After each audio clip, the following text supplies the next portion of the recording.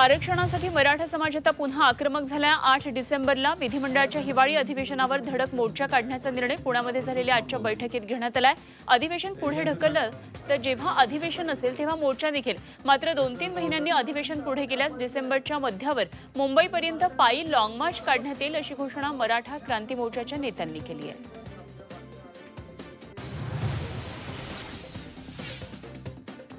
औरंगाबादमध्ये मराठा क्रांती ठोक मोर्चाच्या वतीनं आंदोलनाचा इशारा देण्यात आलाय. दरम्यान या संदर्भात जागृती रथयात्रा काढून मुंबईकडे जाणार असल्याचा निर्धार यावेळी करण्यात आला.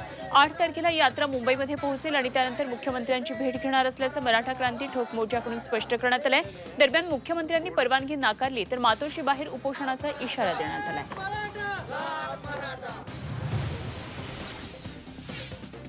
साताऱ्याचे खासदार उदयनराजे भोसले यांनी मराठा आरक्षणाबाबतची खंत पत्रकारांसमोर बोलून दाखवली आहे. जातीचं राजकारण करणाऱ्यांनी आता राजीनामा देऊन घरी बसा असं रोखठोक वक्तव्य उदयनराजेंनी केलं. कोरोना काळ असल्यामुळे लोक शांत असल्याचं सांगत विश्वासघात झाला की लोक तुम्हाला खाली खेचतील असा टोला सरकारला त्यांनी लगावला.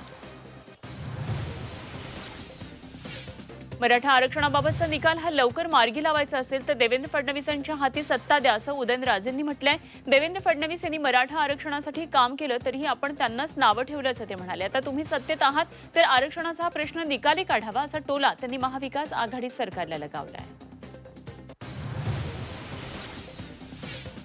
मराठा विद्यार्थ्यांना खुल्या प्रवर्गातून शैक्षणिक प्रवेश घ्यावा लागणं हा सरकारी निर्णय मराठा समाजाच्या विद्यार्थ्यांवर अन्याय करणार असल्याचा आरोप साताऱ्याचे भाजपा आमदार शिवेंद्रसिंहराजे भोसले यांनी केलाय. मराठा विद्यार्थ्यांच्या घुसमटीचा एकदा स्फोट होईल असा इशारा त्यांनी दिलाय.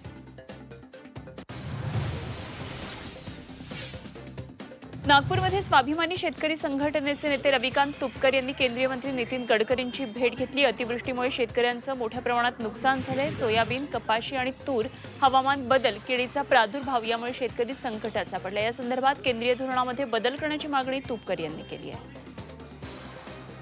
देशाचे केंद्रीय मंत्री आणि विदर्भाचे भूमिपुत्र मान्य नितीनजी गडकरी साहेबांना आज आम्ही भेटलो. 1-1.5 तास सविस्तर त्यांच्याशी या सगळ्या विषयावर आमची सखोल चर्चा झाली. केंद्र सरकारनं परवा दिवशी पाम तेलावरचं आयात शुल्क 10% कमी करून सोयाबीन उत्पादकांना मोठा फटका दिलेला आहे. म्हणून पाम तेलावरचं आयात शुल्क जे आहे ते 40% न्यावं ही मागणी आज गडकरी साहेबांकडे आम्ही केली.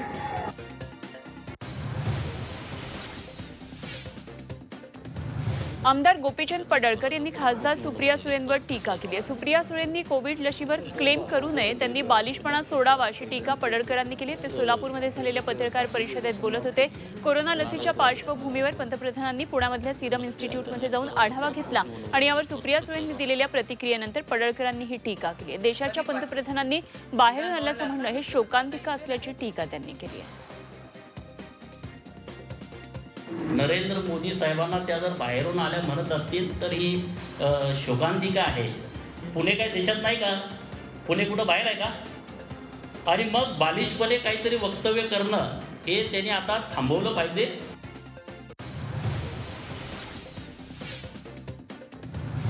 महाविकास आघाडी सरकार विदर्भ विरोधी सरकार असल्याची टीका देवेंद्र फडणवीस यांनी नागपुरात केली. नागपूरमध्ये भाजपच्या पूर्व विदर्भ पदवीधर मेळाव्यामध्ये ते बोलत होते. 2 समाजामध्ये फूट पाडण्यात हे सरकार मशगूल असल्याचा आरोप त्यांनी केलाय. ओबीसी आरक्षणाचा कलम कायम आहे, त्याला कोणी धक्का लावू शकत नाही असंही ते म्हणाले.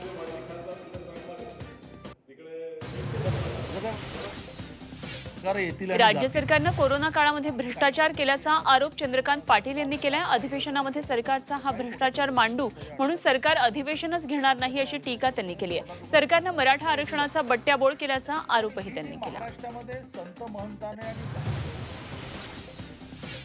15 दिवसामध्ये सरकार पडण्याचं ज्योतिष वर्तवण्यात येत होतं. मात्र महाविकास आघाडी सरकारनं आता 1 वर्ष पूर्ण केल्याचं वक्तव्य खासदार अरविंद सावंत यांनी केलंय. अमरावती शिक्षक मतदारसंघातल्या महाविकास आघाडीचे उमेदवार श्रीकांत देशपांडेंच्या प्रचार सभेत अरविंद सावंत बोलत होते. दरम्यान महाविकास आघाडीचं सरकार बनवण्यामध्ये पवारांनी श्रीकृष्णाची भूमिका बजावली तर उद्धव ठाकरेंनी अर्जुनाची भूमिका बजावल्याचं ते म्हणाले. की जन्मल्यापासून कधी मरतो असं म्हणायचं सगळं. 11 दिवसात पडणार, 15 दिवसात पडणार. एवढं कुडकुडे ज्योतिषी तयार झाले काही विचारू नका. त्या युट्यूबवर पाहता आश्चर्य वाटेल तुम्हाला. जो उठतो तो सांगतो 15 दिवसात पडणार आहे, ऑक्टोबरमध्ये पडणार आहे, नोव्हेंबर पडणार आहे. पडणार माणसं म्हणणारे पडले. भाजप आमदार बबनराव लोणीकर यांची एक ऑडिओ क्लिप सध्या व्हायरल होती आणि यामध्ये त्यांनी प्रशिक्षणार्थी IPS अधिकारी हसन गोहर यांना निलंबनाची धमकी दिल्याचं सांगितलं जातं। या कथित ऑडिओ क्लिपमध्ये त्यांनी हा बिहार नाही असा इशाराही दिलाय। काँग्रेसच्या सदस्यत्वाचा राजीनामा देणारी अभिनेत्री उर्मिला मातोंडकर राजकारणामध्ये आता पुन्हा सक्रिय होणार आहे। उर्मिला शिवसेनेच्या वाटेवर असल्याची चर्चा आहे आणि उद्या उर्मिला शिवसेनेमध्ये प्रवेश करण्याची शक्यता आहे। राज्यपाल नियुक्त विधान परिषद सदस्यांसाठी शिवसेनेनं उर्मिला मातोंडकरचं नाव दिलेलं आहे।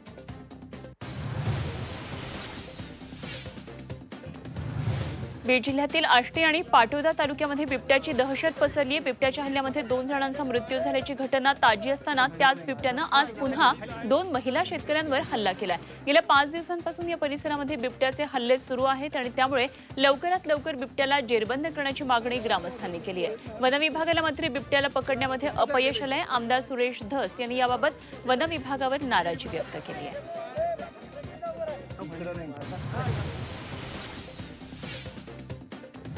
अरबी समुद्रामध्ये एक मच्छीमार बोट गेल्या 4 दिवसांपासून अडकून पडली आहे। इंजिनात बिघाड झाल्यामुळे ही बोट समुद्रामध्येच बंद पडली आहे आणि त्यामुळे बोटीतील 11 मच्छीमार अडकून पडले आहेत। लोकमान्य असं मासेमारी करणाऱ्या या बोटीचं नाव आहे। प्रशासनाकडून अजूनही मदत मिळालेली नाहीये असा आरोप मच्छीमार संस्थेकडून करण्यात आलाय।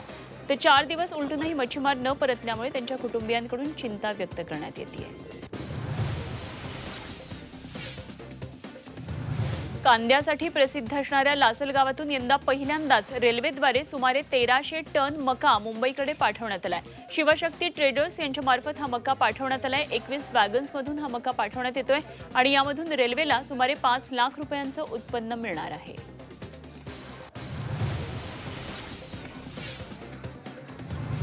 सांगलीमध्ये सध्या एका बोकडाची चर्चा आहे। हा बोकड साधा सुद्धा नाहीये तर त्याची किंमत चक्क 1.5 कोटींच्या घरात आहे। महाराष्ट्र आणि कर्नाटक राज्यामध्ये आटपाडीमध्ये कार्तिकी पौर्णिमेची यात्रा प्रसिद्ध आहे।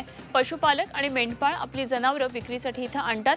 यंदा कोरोनामुळे खरं तर ही यात्रा रद्द झाली आहे। त्याऐवजी रविवार आणि सोमवारी फक्त जनावरांचा बाजार भरवण्यात आला। या बाजारामध्ये सांगोला तालुक्यातल्या चांडोलवाडीतल्या बाबूराव मेटकरी यांचा बकराही दाखल झाला। या बोकडाची किंमत ही 1.5 कोटी इतकी आहे आणि सध्या त्याला 70 लाखाची मागणी करण्यात आली आहे। उद्या म्हणजे सोमवारी या जनावरांच्या बाजारामध्ये शेवटचा दिवस आहे आणि त्यामुळे या बोकडाला आता किती किंमत मिळते याकडे सगळ्यांचंच लक्ष लागलंय।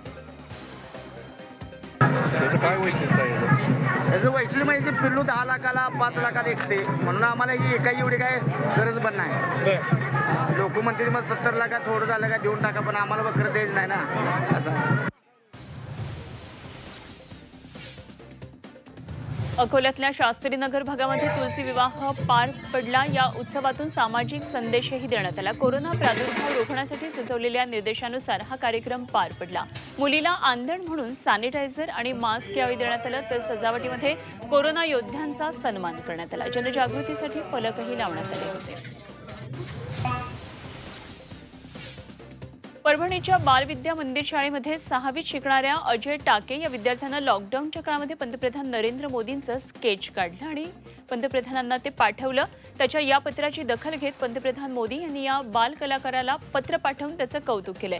अजयचे विचार अत्यंत चांगले आहेत। देशाच्या हितासाठी सामाजिक भान जोपासणारे असल्याचं पंतप्रधानांनी या पत्रामध्ये म्हटलंय। शिवाय त्याची चित्रकला अशीच बहरत राहावी अशा शुभेच्छाही त्यांनी अजयला दिल्यात।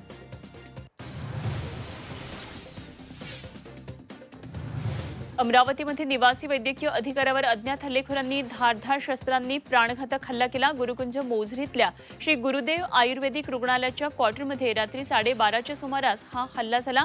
मनोज सांगळे असं या जखमी डॉक्टरांचं नाव आहे आणि त्यांच्यावर खासगी रुग्णालयामध्ये उपचार सुरू आहेत। सांगळे अनेक वर्षांपासून निवासी वैद्यकीय अधिकारी या पदावर कार्यरत आहेत। नेहमीप्रमाणे कालही रुग्णालयातलं काम त्यांनी आटपलं आणि ते क्वार्टरमध्ये आराम करायला गेले आणि त्यावेळी दवाखान्याच्या मागच्या गेटमधून काही हल्लेखोर आतमध्ये शिरले। डॉक्टरांवर हल्ला करून त्यांनी तिथनं पळ काढला। रक्ताच्या थारोळ्यात पडलेल्या डॉक्टर सांगळे यांनी कर्मचाऱ्याला फोन केला आणि त्यांची प्रकृती आता चिंताजनक आहे। पोलीस आरोपींचा शोध घेत आहेत।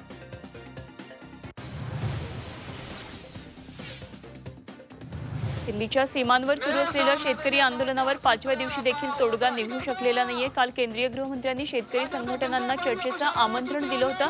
सरकारनं दिल्लीकडे येणारे सर्व रस्ते मात्र रिकामे करून बुराडी इथं आंदोलन करण्याची अट घातल्याचा दावा शेतकरी नेत्यांनी केला. ही अट मान्य होण्यासारखी नाही असं सांगत दिल्लीकडे येणाऱ्या 5ही मुख्य रस्त्यांवर आंदोलनाचा ठाम निर्धार या संघटनांनी व्यक्त केला.